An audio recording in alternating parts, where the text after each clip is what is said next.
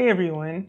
Similar to the Thailand series, we'll be spending 9 days in Hong Kong, exploring the sights and sounds, the activities, and all of the things that make Hong Kong such an incredibly unique destination. The timing of my trip also worked out for the added bonus of being present for the 76th anniversary celebration of the founding of the People's Republic of China, or National Day.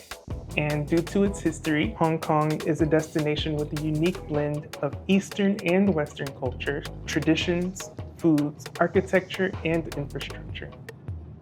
Tourist-heavy areas can make a dent in your wallet pretty quickly, while eating and shopping with locals can take you very far. Now, if it's your first time visiting, rest assured that it's pretty easy to get from the airport to your hotel and vice versa. There is an airport express train that makes everything really simple and streamlined. Then, getting around comes with a ton of options, including boats, trams, trains, subways, buses, and even cable cars to connect it all. Hong Kong offers so much more than the metropolis that it's known for. In fact, there is plenty to experience out in nature, with walking trails, hiking trails, beaches, and so much more. Unfortunately, this time around, I don't have a deep dive on where to stay when you visit, but I do have a pretty good recommendation for anyone hoping to save money when they visit and have a great view. And an added bonus for National Day, I stayed at and recommend the Harbor View located in Wan Chai. Rooms with the best views are very limited here, but as its name implies, you can get a stellar view of Victoria Harbor while saving a ton of money. The Harbor View is located nearby a fire station and a police station, so you should feel pretty safe there, not that crime is a problem. When it comes to how you spend your time, and if you're visiting Hong Kong in September and or October, you might catch Hong Kong Disneyland's milestone anniversary celebrations like I did here. It was their 20th anniversary celebration along with Halloween, so they had some special things going on. Disney is probably pretty straightforward, and most people know what to expect here, which is an all-day experience full of fun, wonderful things to make you and your family smile, forget about the outside world, and just have a good time. And for this reason, I won't spend too much time here, but I will note that visiting Disney parks anywhere outside of the US will save you a good bit of money.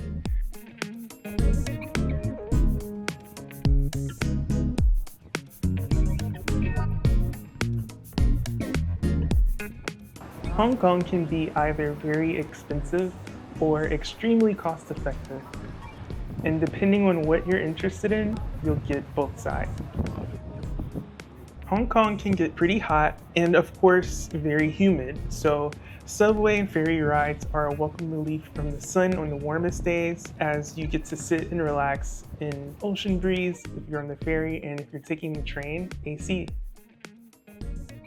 In one of the most opportune moments for photography and videography, it's here that you'll feel like you're truly in the middle of Hong Kong. There are dinner ferries for scenic evenings while adrift, and at the time of recording, every night at 8 p.m., you could watch the Symphony of Lights from pretty much anywhere. The Symphony of Lights was a free music and light show that took place on the buildings and in the skies of both sides of the harbor. The Symphony of Lights has been retired. Instead, smaller and more focused light shows will take place for certain holidays at tourist attractions. While it was underwhelming to many, the Symphony of Lights may or may not be missed, depending on who you ask.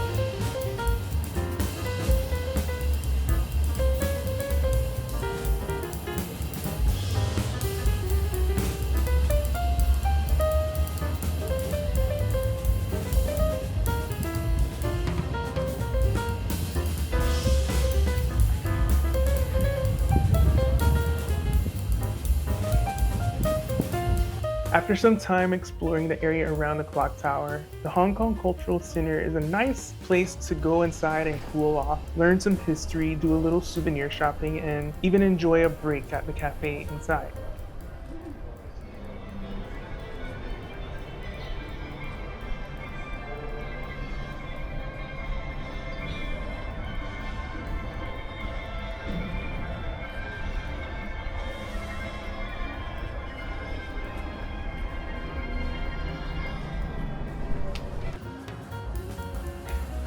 Afterwards, the Avenue of Stars is a fun and scenic walk that lets you compare your hands to those of Hong Kong cinema's biggest names.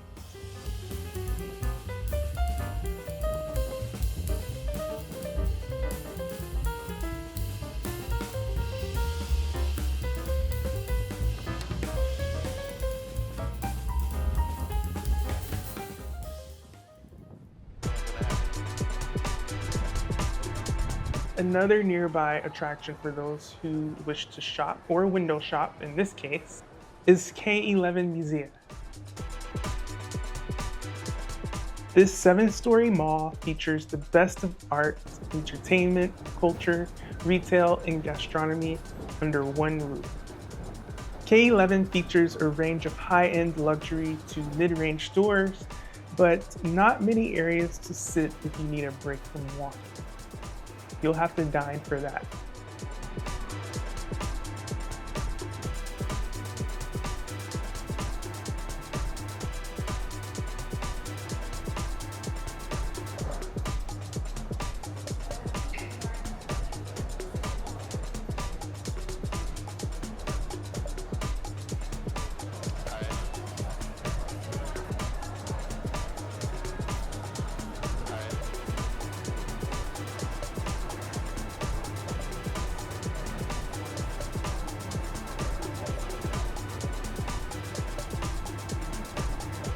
You can even go up to the rooftop for additional dining and leisure options.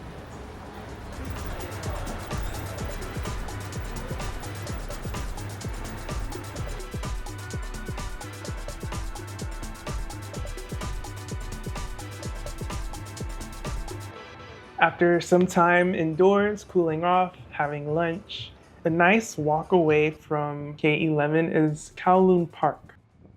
You might see some trees that were knocked down because of the typhoons that came through the region, but Kowloon Park is a really cool, nice, quiet park with fountains and even an aviary where you can go watch birds, including flamingos. Like, who knew that flamingos were in Hong Kong?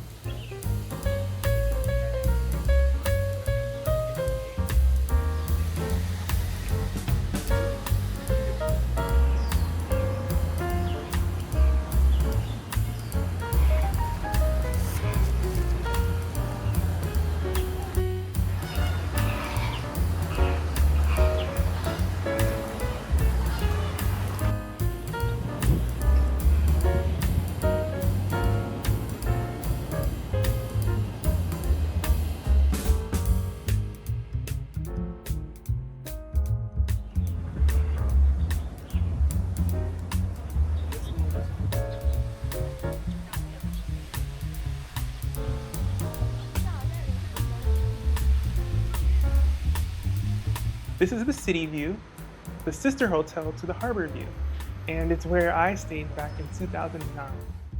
I was amazed at how different this hotel looked, but also how much it still kind of looked familiar.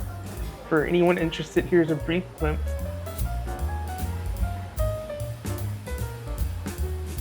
Ho King Commercial Center has everything under the sun, from cameras to computers and video games for collectors out there. And Ladies Market is a great place to shop for souvenirs, and you might find toys, clothing, hats, all sorts of things out there.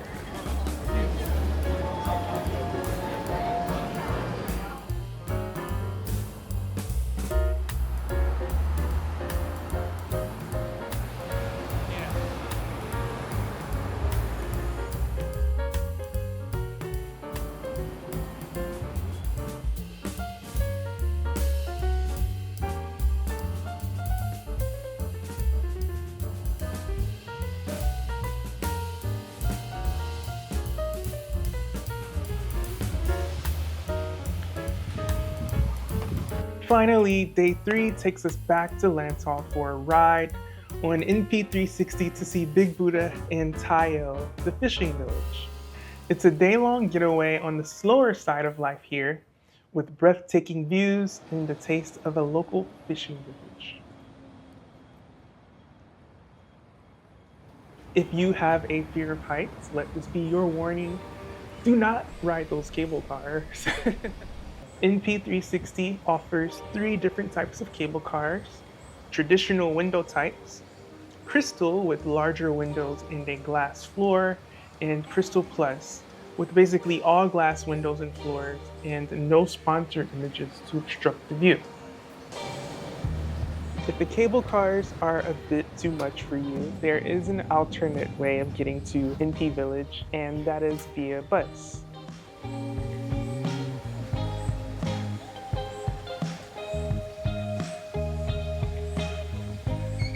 While in the sky, you'll spot hiking trails and waterfalls directly below you, Big Buddha and the Hong Kong Zhuhai Macau Bridge in the distance, and if you look carefully in a good weather day, you'll see a beautifully unique view of Hong Kong's sprawling skyscrapers. If you're booking the Tai O and cable car tour through the link in the description below, make sure you check in with the bus ticketing counter outside of the cable car station when you arrive to NP Village.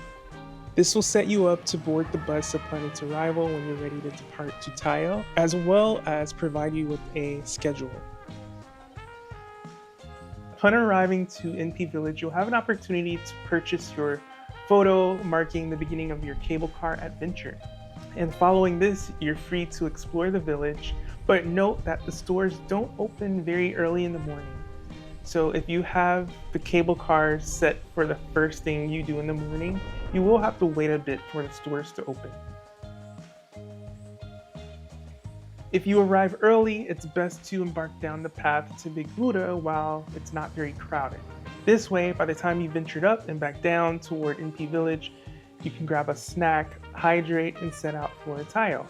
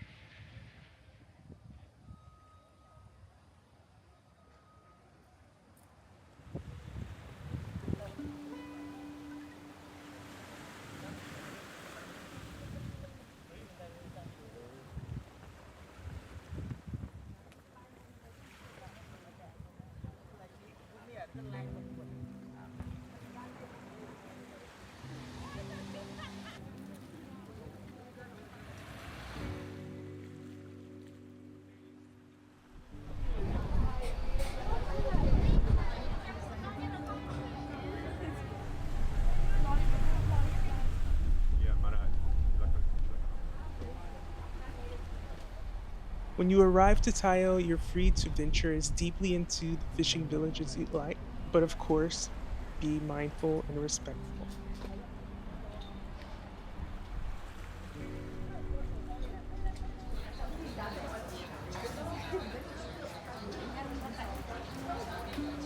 It's during this time that you'll get a great glimpse at the way of life here. You'll have many opportunities to try snacks and foods and even buy souvenirs that you'd like to take home.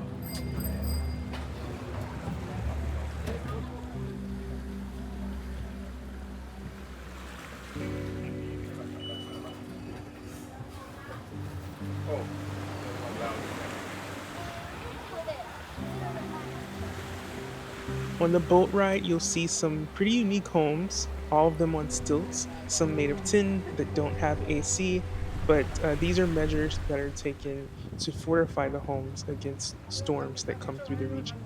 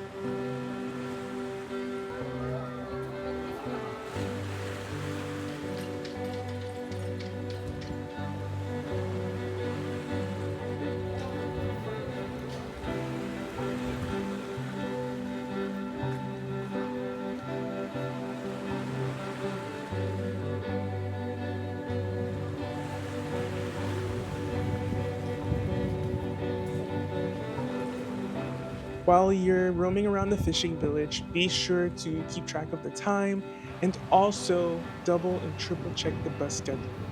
Make sure that you're on time to the bus stop because you don't want to get stuck in Tai O. The bus, unfortunately, does not run all day, but if you do happen to get stuck, you'll just have to figure out how to take the bus from Tai O back to the main part of Hong Kong. That aside, when you are ready to leave Tai O and you board the bus back to NP Village, if you're sticking to the schedule that I've laid out, you'll arrive back to NP Village and it will be pretty crowded. The stores and restaurants will be open. In my case, I was there during Lantern Festival and National Day, so we had the opportunity to complete riddles in exchange for free prizes. So that's a neat little thing to look out for during your visit.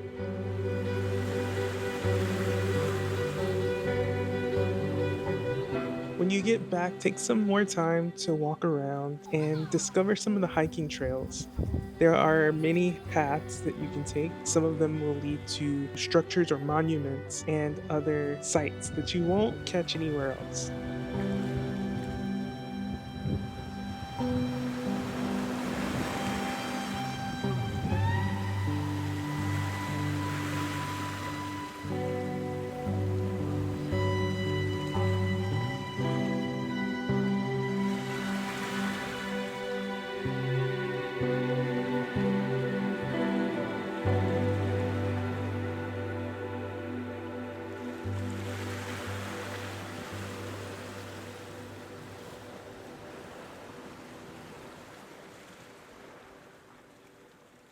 If you follow the signs, you'll find hiking trails that take you directly under the cable cars.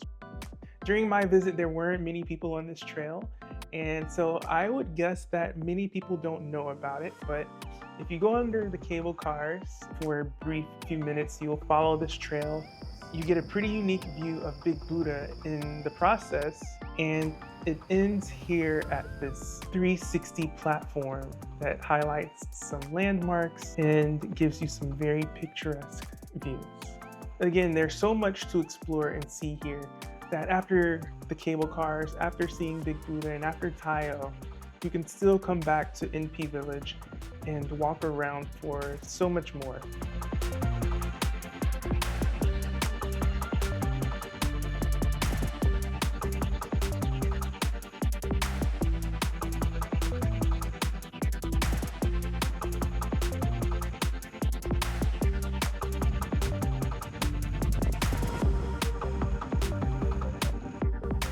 And after a long day on Lantau Island, it's time to go back. After you've departed and you're getting ready to head to the train station, take a moment to look around. There is a mall nearby, a few restaurants, even a Pizza Hut. And I just want to recommend, if dinner is on your mind after this long day, Pizza Hut is a great place to go. If you're from the US, Pizza Hut here in Hong Kong and China, it's a very different experience, so check it out. But that's it for the first 3 days of our visit to Hong Kong. I hope this has been helpful for you.